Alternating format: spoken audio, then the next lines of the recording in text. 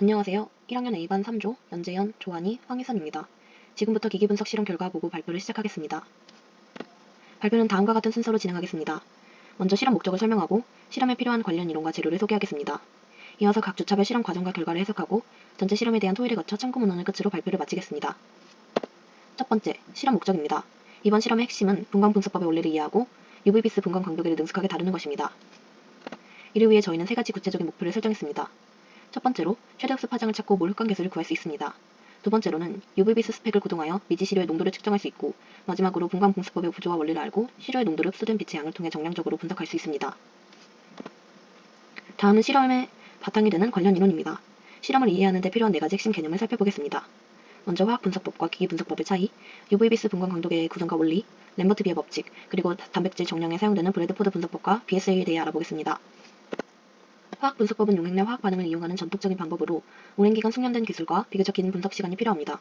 반면에 저희가 이번에 사용한 기기 분석법은 분석 성분의 물리화학적 특성을 기기로 측정하는 방법입니다. 간편하고 신속하며 분석 감도가 좋아 미량의 시료도 정밀하게 측정할 수 있다는 장점이 있습니다. UV-비스 분광 광도계는 광원부, 화장 선택부, 시료부, 검출부로 구성되어 있습니다.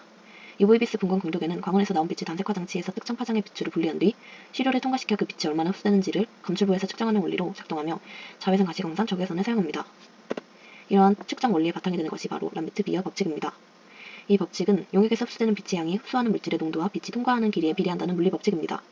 수식으로는 A는 엡실론 곱하기 B 곱하기 C로 표현됩니다. 여기서 T는 투과율, A는 흡광도, 엡실론은 물질 고유의 몰 흡광 계수, B는 직경 또는 폭, C는 흡광 물질의 농도를 의미합니다. 다음은 4주차 실험에 사용된 브래드포드 분석법입니다. 이는 1976년에 마리온 브래드포드에 의해 개발된 단백질 정량 분석법으로 쿠마시 블루라는 염료를 사용합니다. 이 염료는 산성 환경에서 단백질과 결합하여 파란색으로 변합니다. 이 색의 진한 정도를 통해 단백질의 양을 알 수 있습니다. 브래드포드 분석법에서 표준물질로 자주 사용되는 것이 바로 BSA, 즉 소혈층 알부민입니다. BSA는 대량으로 쉽게 얻을 수 있어서 다른 단백질의 농도를 측정할 때 기준이 되는 표준 용액으로 널리 사용됩니다.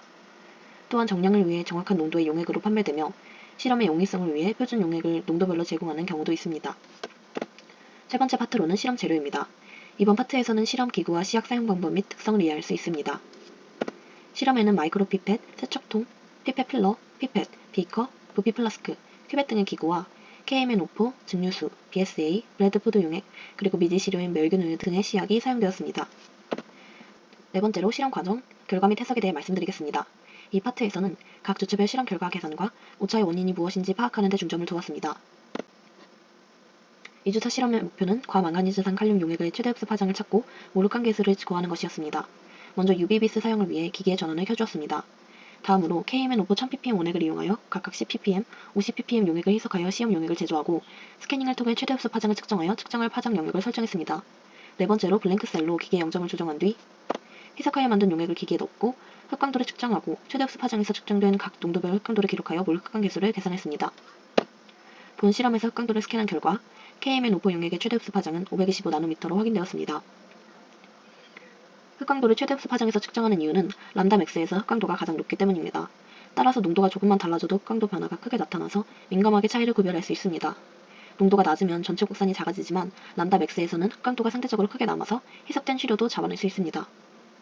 람베르트 비어 법칙을 적용하여 몰 흡광 계수를 계산하였더니 CPPM 엡실론은 1 곱하기 6.33 곱하기 10의 마이너스 5승분의 0.153이 나왔고, 이를 계산하면 2.42 곱하기 10의 3승, cm 마이너스 1승 몰 마이너스 1승의 값이 나왔습니다. 50ppm의 엡실론은 1 곱하기 3.16 곱하기 10의 마이너스 4승분의 0.758이 나와서 이 값을 계산하면 2.40 곱하기 10의 3승, cm 마이너스 1승 몰 마이너스 1승의 값이 나왔습니다. 3주차에는 미지 시료의 농도를 분석했습니다. 0ppm부터 50ppm까지 농도별 표준 용액을 제조하여 최대 흡수 파장에서 각각의 흡광도를 측정했습니다. 실험 과정으로는 먼저 2주차와 같이 UV-비스 사용을 위해 기기의 전원을 켜주었으며 KMN54 용액을 이용해 각각 0ppm, 5ppm, 10ppm, 20ppm, 그리고 50ppm 용액을 희석하여 제조했습니다. 다음으로 스캐닝을 통해 최대 흡수 파장을 측정하고 블랭크셀을 사용하여 0점을 조정해 주었습니다. 0점 조절 후 희석하여 만든 용액을 기기에 넣고 흡광도를 측정한 후 최대 흡수 파장에서 측정된 흡광도를 기록하고 엑셀을 이용하여 검량성과 미지 시료의 농도를 구해주었습니다. 다음으로 저희가 진행한 미지 시료 농도 분석 실험의 결과 및 해석에 대해 말씀드리겠습니다. 화면에 보이는 표는 KMN54 농도별 측정한 흡광도 실험 결과입니다. 이 데이터를 바탕으로 구한 흡광도와 농도의 관계식은 y는 0.0158x-0.0261입니다. 여기서 y는 흑강도, x는 농도를 의미합니다. 미지시료 A의 측정 흑강도인 0.294를 위의 식에 계산하면 20.3ppm이 나오고 미지시료 B의 측정 흑강도 1.270도 마찬가지로 대입하면 82.0ppm이 나옵니다. 미지시료 B는 측정 흑강도가 너무 높아 신뢰 범위인 0.1부터 1.0에서 벗어나기 때문에 미지시료 B를 3배 희석하여 검량산 범위 안으로 맞췄습니다. 다시 측정한 흑강도는 0.330이 나왔습니다. 이후 미지시료 B 3배 희석 농도를 계산할 때 다시 3을 곱해 구한 농도는 67.6ppm입니다. 다음으로 저희가 얻은 실험 데이터를 바탕으로 한 검량선에 대해 설명하겠습니다. 화면의 그래프는 흑강도와 농도의 관계를 나타내는 검량선입니다. 보시는 것처럼 람베르트 비어 법칙에 따라 농도가 증가함에 따라 흑강도도 선형적으로 증가하는 것을 확인할 수 있습니다. 이 관계를 통해 저희는 y는 0.0158x 0.0261이라는 선형 관계식을 도출했습니다. 여기서 r제곱 값이 0.98714로 비교적 직선성에 우수하지만 일부 구간에서 오차가 존재합니다. 마지막 4주차 실험에서는 미지시료의 단백질 농도를 측정했습니다. 과정으로는 첫 번째로 UV-비스 스펙 사용을 위해 기기의 전원을 켜주었으며 20마이크로리터 우유와 980마이크로리터 증류수를 섞어 미지시료를 제조했습니다. 다음으로 BSA 용액을 증류수에 해석해 각각 0.2, 0.5, 1, 1.5mg/ml를 만든 후 큐벳에 20마이크로리터씩 담아 표준 용액을 제조했습니다. 다섯 번째로 볼텍스를 사용하여 큐벳에 담긴 용액을 골고루 섞은 후 최대 흡수 파장인 595나노미터에서 각각 큐벳을 기기에 넣고 흑강도를 측정하고 기록 후 엑셀을 이용하여 검량선을 그려 해석 우유의 농도를 구했습니다. BSA 농도는 0, 0.2, 0.5, 1, 1.5ppm으로 준비했고 최대 흡수 파장인 595나노미터에서 측정했습니다. 측정 결과 BSA 농도가 증가할수록 흑강도가 비례해서 증가하는 것을 확인할 수 있었습니다. 이후 미지시료인 우유 50배 희석액을 같은 조건에서 측정했을 때 흑강도가 0.269로 나왔습니다. 이 값을 표준 검량선에 대입하면 미지시료의 단백질 농도를 구할 수 있습니다. 앞에서 얻은 데이터를 이용하여 검량선을 작성한 결과 y는 0.4561x 0.0276의 값을 얻을 수 있었고 r제곱 값은 0.9997로 나타났습니다. r제곱 값이 거의 1에 가까우므로 실험 결과의 신뢰도가 높다는 것을 알 수 있었습니다. 이 검량선을 이용해 미지시료 농도를 계산했습니다. 우유 50배 희석액의 흑강도는 0.651이었고 이 값을 대입하면 희석액의 농도는 약 1.507ppm으로 나왔습니다. 이 값은 50배 희석한 시료의 결과이므로 원래 시료의 단백질 농도를 구하기 위해서는 다시 50을 곱해주어야 합니다.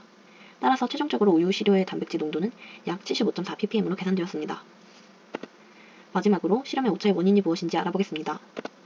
토의한 결과 큐벳을 다루는 실험인 만큼 정확한 데이터를 얻기 위해서는 기기를 넣을 때 큐벳을 올바른 방향으로 넣었는지, 큐벳의 불투명한 부분을 잡고 실험을 진행해야 하는지 주의 깊게 생각하며 실험을 진행해야겠다고 생각했습니다. 3주차 미지시료 농도 측정 검량선이 비선혈적인 원인은 용액을 만들 때 20ppm 희석 단계에서 오류가 생겼던 것 같아 앞으로는 실험에서 주의해야겠습니다. 또한 단백질 농도 측정 실험 때 시료가 마이크로 단위로 매우 작은 단위이기에 용량 오차가 나면 실험값에 큰 영향을 줄 수 있습니다. 마이크로 피펫 조작이 아직 미숙하고 피펫 팁의 치약이 남는 문제로 정확도를 맞추기 위해 노력해야겠다고 생각했습니다. 이상으로 저희 3조의 기기분석 실험 리포트 발표를 모두 마치겠습니다. 감사합니다.